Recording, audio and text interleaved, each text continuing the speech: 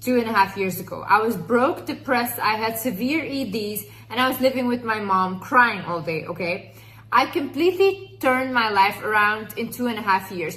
And the abundance I've attracted, the wisdom I've attracted, the new experiences, like, guys, it's shocking to me. It's shocking to me that I'm living this life. I want to show you guys how you can change your reality around and what you need to do if you are in a stuck place right now in order to change it around and actually manifest reality that you want to live in and create for yourself. I have a therapist, right? And I was talking to my therapist and we were basically discussing that I feel so depleted and so tired all the time. And then he told me, he's like, Liz, what is in your backpack? And I was like, what do you mean? And he's like, okay, day to day, how are you engaging with things? Are you complaining more? Are you reacting to hate and angry messages? Are you engaging into conversations that are hateful? Or are you loving? Are you pointing out what's beautiful? Are you being optimistic and grateful?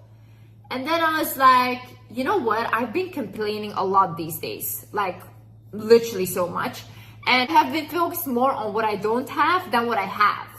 So I started to think about it, and he's like, well, so that's what you have been carrying in your backpack. So your backpack is filled with hate, complaining, anger. So what your first reaction will be to every situation is that it's hate, it's anger, it's complaining, okay? He said, if you had filled your backpack with love and loving conversations, with laughter, with being grateful, that would be your first reaction and you would energetically not be depleted. He said to me, the issue is when we are energetically depleted, no sleep can fix that. When you have a workout, for example, you can have a good day of sleep and that's it. The next day you feel fine again, okay?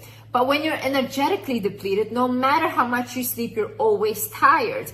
How do we tire ourselves out energetically? By engaging in negative things, by having negative conversations, by gossiping, by constantly saying what's wrong instead of what is right. So then I swear to God, guys, when I just realized that one thing, what he said to me about like, what is in your backpack? From that moment on, I started to actually watch the things that I talk about with my sister, with my friends, and I started to point out beautiful things and good things. I started to say out loud what I'm grateful for.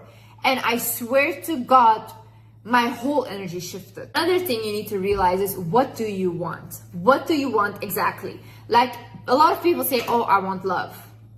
Okay, what does that mean? What does love look like for you? Because for a lot of people, they can get love from children, pets, from themselves, from friendships. Do you mean romantic love? Do you mean you want to attract a man? Honey, you have to be specific about this. A lot of you guys are not specific. Or they say like, oh, I want to be rich. Okay, how much money? How much money? In what way do you want to be rich? How do you want to attract that money? When you figure out what you want specifically, then you have to focus on that one thing. If, for example, you want to be more healthy or you want to create your dream body, right? Focus on that only. Focus on, okay, how do I get my dream body? What exercise do I need to do? Do I need to squat? Whatever. And you create that whole plan. When you focus on that, all the other things will come in. When we have too much that we need to think about as humans, we are more likely to not get anything done because there's too many distractions. Remove all the distraction, focus on one thing and all the other things will come. Because if you start working on, let's say, your dream body, your self-love will increase. People will look at you differently because you love yourself more now. So all the other things you're trying to manifest will come anyways. Then, honey, you have to be consistent about it. What you want, you have to have consistency there. See, I'm a hustler. I've been a hustler ever since I was young. I had one goal in life, and that was to make money because I saw my mother struggle and my siblings, and I did not want that to be my reality. So what did this have to do? Okay, how do I create money? How do I make money? What am I good at? What would people pay for to see me do or whatever? And then I realized, wait a minute, everyone comes to me for advice constantly. I'm really good at giving advice. So then I started my channel and the money came in because now I'm helping people and I'm doing what I'm good at. A lot of people, they always say like, oh yeah, I tried and it didn't work out, whatever. When you want something and you want it bad enough, it does not matter. People will go over bodies to get what they want when they want something bad, okay? You have to have that mindset. You have to want it as bad as you want to breathe, and that's when you will achieve what you want. I need you to ask yourself, why do you want it? You know why? I was talking to this famous YouTuber. We were sitting, I was talking to him, and he was like, yeah, you know, I kind of lost purpose and I lost motivation for my work and all these things. And he said, but you know, like maybe I'm gonna get motivation again and then I can buy a private jet or like expensive car and this and that. And I looked at him and I was like, why do you want that? Do you want a private jet to impress others? Or is that because it's gonna feel something in you? Because this guy has a lot of money. He has all the cars. And yet he's still sitting here not feeling good about himself. So I'm like, what is a private jet gonna do? Try to fill a void again that cannot be filled, because a lot of people, they think that materialistic things will fill a void when it never will. You have to have purpose in life. You think that if you die, someone will say like, oh my God, this guy had a private jet. Oh, he was a great guy. No one will say that. It's the legacy you leave on this earth. You guys need to think bigger and huger. What impact do I want to leave this earth with? Life, you have to find something that fills your soul and not the validation of other people. Because honey, this validation you will never get. These people will always look down on you, and there's always people that are bigger and bigger than you. So you're competing in a race that you will never win. The way of changing your reality is getting to know who you are. And I know I speak about this a lot, but this is actually so important. When you know who you are and you observe yourself and you know your own toxic traits or the toxic traits that you allow from other people, then you can actually change things in your life. Because a lot of you guys, you want to change, but you're not self-aware at all, you know? I can list things that are toxic about me. I know this because I've, for example, been in a relationship. And then I start to work on these things because I'm not gonna blame everyone around me and not look inside of the mirror. That's also why you should look at the repeating patterns in your life. Because I had this with a lot of friendship, that I would constantly attract the same person again and again and again, and they were always dishonest to me. And I have an issue with that because I'm too honest. I will say everything about my life, and I love friends and family deeply, okay? So if I love someone, I go way too deep into it.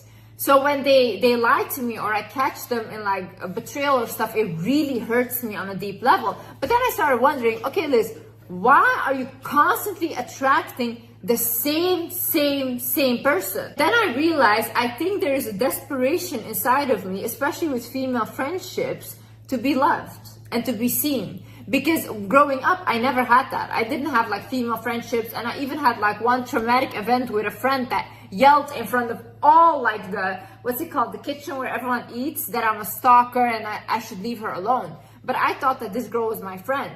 And subconsciously, I had clocked that memory in my mind, and ever since then, I was acting like too much in friendships. Like I really just wanted the validation of a female friend. But because of that, because I was too desperate for it, I constantly attracted liars and liars and liars. It kept hurting me until I learned the lesson of detachment from female friendships. It was almost like it was so easy for me to detach from men and male relationships. I didn't care. But with women, I held them in such a high regard, to a point where even if subconsciously, I had clocked that memory in my mind, and ever since then, I was acting like too much in friendships. Like I really just wanted the validation of a female friend. But because of that, because I was too desperate for it, I constantly attracted liars and liars and liars. It kept hurting me until I learned the lesson of detachment from female friendships. It was almost like it was so easy for me to detach from men and male relationships. I didn't care. But with women, I held them in such a high regard, to a point where even if they did something wrong, I would overlook it. Like I would just be like, oh no, they're perfect, you know?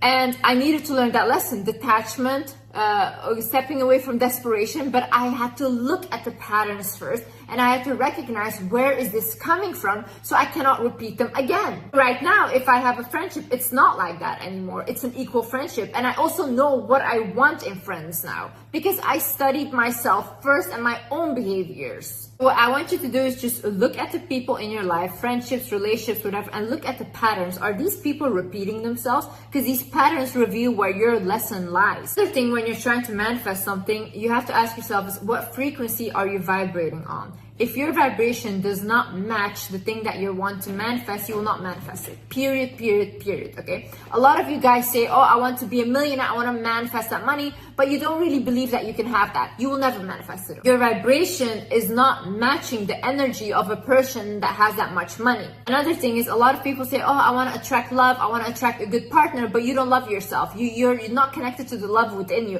You will not attract a partner that is loving or showing you love. Or you will attract a partner, you will attract someone, and they will show you, there will be a lesson for you that you need to connect to your self-love. So through them, you will learn to connect to your self-love.